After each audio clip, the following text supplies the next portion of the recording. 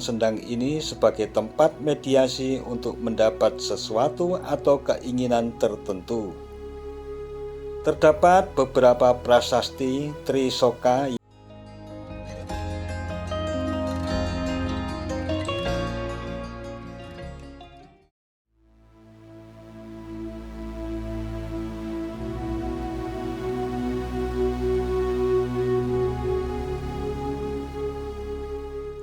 Assalamualaikum warahmatullahi wabarakatuh.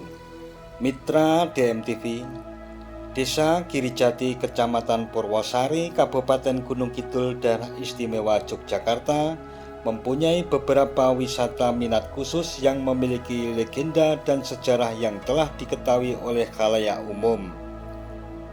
Salah satunya adalah Sendang Beji yang merupakan sebuah tempat pemandian yang memiliki banyak cerita yang berkembang. Sendang tersebut diyakini dapat membuat perempuan awet muda dan cantik dengan cara membasuh muka atau mandi dengan air sendang. Secara administratif, Sendang Beji ini terletak di Pedukuhan Parangrejo, Desa Girijati, Kecamatan Purwosari, Kabupaten Gunung Kidul, Daerah Istimewa Yogyakarta. Keberadaannya tidak begitu jauh dari kawasan Pantai Parangtritis, Kabupaten Bantul, yang berjarak kurang lebih sekitar 2 km. Sesuai cerita turun-temurun, Sendang Beji merupakan tempat favorit istri Joko Tarub, yakni Dewi Nawangwulan, yang merupakan seorang bidadari ayu dari Kayangan. Sejak keyakinan itu berkembang, banyak pengunjung, utamanya kaum perempuan, ingin memiliki wajah awet muda serta cantik alami seperti Dewi Nawangwulan. Sendang Beji juga salah satu sumber mata air yang berada di wilayah Desa Girijati, dan hingga kini airnya dimanfaatkan oleh masyarakat sekitarnya untuk memenuhi kebutuhan sehari-harinya. Cerita atau legenda lengkapnya adalah sebagai berikut. Pada suatu hari, Joko Tarub berburu di suatu kawasan hutan yang terdapat sebuah telaga. Ketika melintas di telaga tersebut, Jaka Tarub melihat ada 7 bidadari sedang mandi. Jaka Tarub kemudian mengambil selendang salah satu bidadari. Ketika ke-7 bidadari tersebut selesai mandi, 6 dari 7 bidadari tersebut kembali ke Kayangan. Sisanya yang seorang bingung mencari selendangnya karena tanpa itu ia tidak mampu terbang. Jaka Tarub muncul datang menolong bidadari yang bernama Dewi Nawangwulan itu bersedia ikut pulang ke rumahnya. Keduanya akhirnya menikah dan mendapatkan seorang putri bernama Dewi Nawangsih.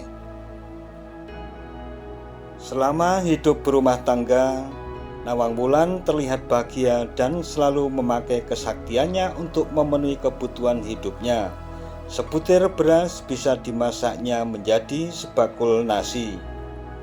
Suatu hari Jaka Tarub melanggar larangan Nawangwulan supaya tidak membuka tutup penanak nasi. Oleh karena perbuatan Jaka Tarub tersebut, kesaktian Nawangwulan menjadi hilang. Sejak saat itu, Nawangwulan harus menumbuk dan menampi beras untuk dimasak, seperti pada umumnya. Karena tumpukan padinya terus berkurang, suatu waktu Nawangwulan menemukan selendang bidadarinya terselip di antara tumpukan padi. Nawangwulan pun marah mengetahui kalau suaminya yang telah mencuri benda tersebut. Ia kemudian kembali ke Kayangan dan bersedia turun ke bumi hanya untuk menyusui Nawangsih yang masih bayi. Cerita yang terkait dengan Sendang Beji menegaskan bahwa tempat ini memiliki kedudukan yang istimewa secara mitologis.